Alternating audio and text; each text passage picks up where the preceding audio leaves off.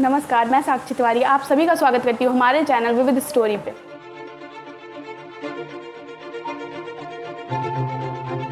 आज हम बात करने वाले हैं आत्मनिर्भर भारत या यूँ कहूँ तो चीनी सामान के बायकॉट के बारे में। जब हम बात करते हैं आत्मनिर्भर भारत की तो सबसे पहला सवाल हमारे मन में यह आता है, क्या भारत आत्मनिर्भर बनने में सक्षम है? भारत के पास आत्मनिर्भर बनने के लिए पर्याप्त संसाधन हैं?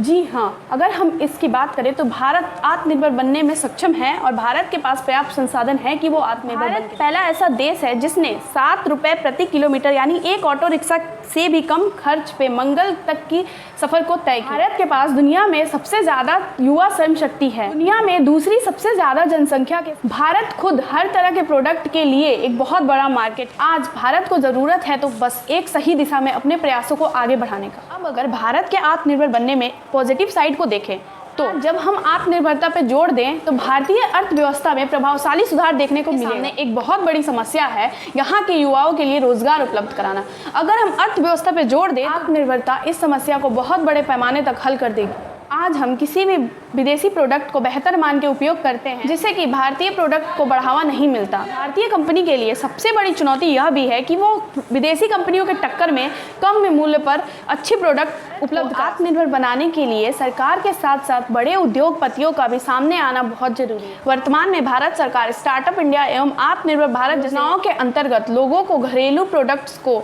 उपयोग करने में बढ़ावा दे। प्रधानमंत्री नरेंद्र मोदी लोगों को लोकल पे वोकल होने के लिए कह रहे हैं। इस बात का भी ध्यान रखना है कि भारत की कंपनियों में चीन जैसे देशों का इन्वेस्टमेंट कम से कम। वर्तमान में लगभग भारत में सभी जैसे देशों का इन्वेस्टमेंट है जिससे ना चाहते हुए भी इन कंपनियों के आय का एक बड़ा हिस्सा भारत के बाहर। हमें इस बात का भी ध्यान रखना होगा कि भारतीय कंपनियों में ज़्यादातर इन्वेस्टमेंट भारत के लोगों का हो ताकि सही मायने में इन कंपनियों के आय से भारतीयों का फायदा। सवाल ये उठता है कि आज प्रधानमंत्री नरेंद्र मोदी जी को आत्मनिर्भर भारत का ऐलान किए हुए लगभग 2 महीने से ज़्यादा हो गए। आज हम ये देखेंगे कि क्या इस ओर ग्राउंड लेवल पे कोई ठोस कदम उठाया गया है। जैसा कि हम जानते हैं, रक्षाबंधन, होली, दिवाली भारत में बहुत ही बड़े पैमाने पे बनाए जाने वाले प्रमुख हिंदू त्योहार। लेकिन रक्षाबंधन के लिए राखी, होली के लिए रंग और दिवाली के लिए पटाखों का एक बड़े मात्रा में इंपोर्ट चाइना से होता है। एक अनुमान के अनुसार भारत में राखी का कुल मार्केट 6,000 करोड़ का है जिसका लगभग 2/3 हिस्सा चाइना को जाता है। व्यापारियों के संगठन कैट ने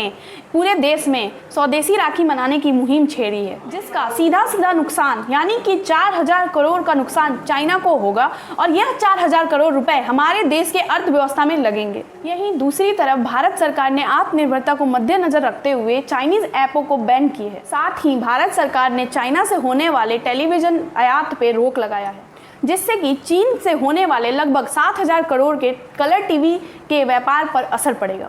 हमें अपने देश में इस तरह के आंदोलन की सख्त जरूरत है, तभी भारत के विश्व गुरु बनने के सपने को हम पूरा होता देख पाएंगे। के साथ मैं अपने इस शो को समाप्त करती हूँ। मिलते हैं अगले हफ्ते किसी नए मुद्दे। तब तक के लिए घर पे रहें, सुरक्षित रहें और हमारे इस चैनल को लाइक और सब्सक्राइब करना ना भूलें। धन्यवाद।